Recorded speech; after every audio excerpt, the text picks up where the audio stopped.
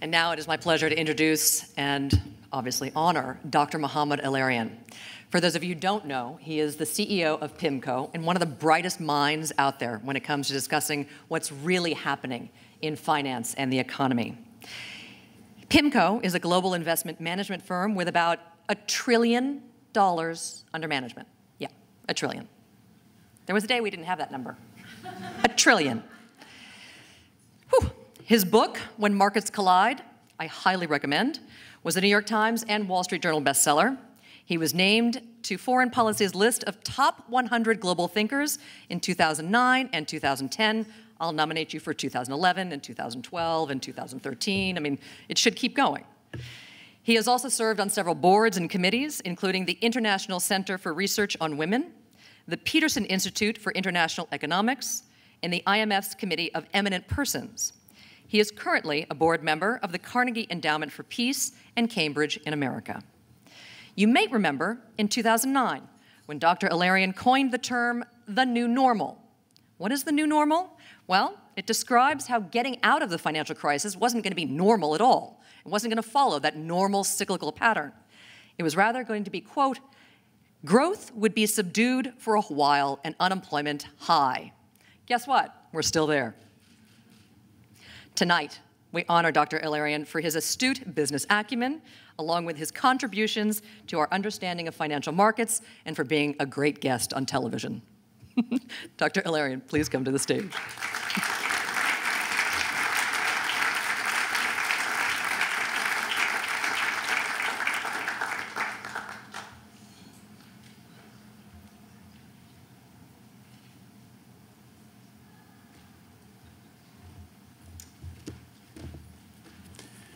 Good evening.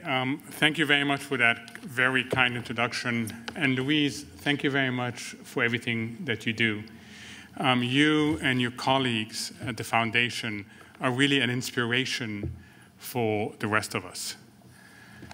I am incredibly honored and humbled to be up here. I don't quite think I should be up here, so I'm going to spend a few minutes that I have with you explaining why I don't deserve to be up here, and the only reason why I'm up here is because of others. When you think of what I'm being honored for, let me tell you the refrain that I was told over and over again growing up. I was told, Mohamed, quote, you are boring and unimaginative. Over and over again, you're boring and unimaginative. And I was. I absolutely was. And yet, someone believes that I should be honored for innovation and for leadership. So what happened? What happened is that I have been incredibly privileged in my life to be influenced by people, by ideas, by institutions who have encouraged me to try and look not just around the next corner, but the corner after that. And to do so by using a lot of what the foundation values: multidisciplinary, multicultural approaches, and understanding that there are many ways of asking the same questions and getting to the right solutions, not just solution. I cannot tell you how important it is that we think about this today. I'm a parent of a 9-year-old, and I'm traumatized by the fact that for the first time in a very long time, our children's generation may be worse off than their parents' generation. Because of lack of vision, lack of leadership, we are passing down to our children a very complex world that's not growing enough, that's not meeting its opportunities enough, and that is way over-indebted. This is why I spend time going to high schools to talk to high schoolers and tell them, you control your destiny. This doesn't have to be like that. It will be like that if you don't do something about it. But it need not be like that. And I find myself emphasizing a lot of the qualities that Louise and the foundation stress multidisciplinary, multicultural, vision, values. So why am I up here? If I were to summarize it, it's because of 2 people and 2 institutions. And I must tell you, I'm incredibly lucky because I'm up here with the support of my colleagues from PIMCO who are here. And thank you, because you give me a lot of courage to be up here. My father was born in a poor Egyptian village. Education was his ticket. He ended up doing a PhD at Columbia here on a state scholarship. And he had a career in academia and in the public service. And for him, providing education was the most important thing that he did for his children. But not just any education. I was telling Louise at dinner, we grew up, he was stationed in Paris, and we grew up, and I remember one day asking him, Dad, why do we need to get 4 newspapers every day? And why do you expect me to read 4 newspapers every day?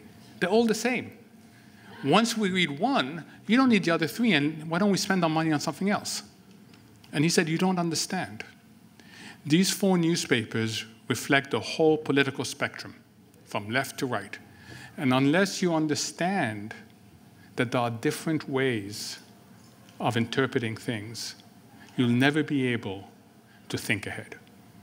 So my father had a huge influence in terms of getting me out of my boring and unimaginative mode, as did the university I went to.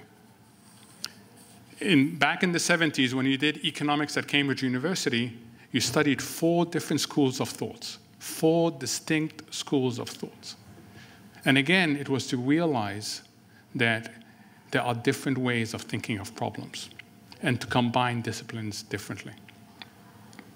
I was lucky to end up in a place where I am today that does that every single day. At PIMCO, we greatly value different disciplines and we greatly value different people. And we're able to bring it together under this culture that I would recommend to you. It sounds awful, but it's actually very good in terms of innovation. A culture of constructive paranoia. Be paranoid about the world, but constructively, so that you keep on moving forward. It is because of these people, it is because of these institutions, it's because of these ideas that I'm up here tonight. And I would like to thank Louise, the foundation, and everybody for recognizing that I am one of the most privileged people on this world to have been exposed to such wonderful people and institutions. Thank you very much.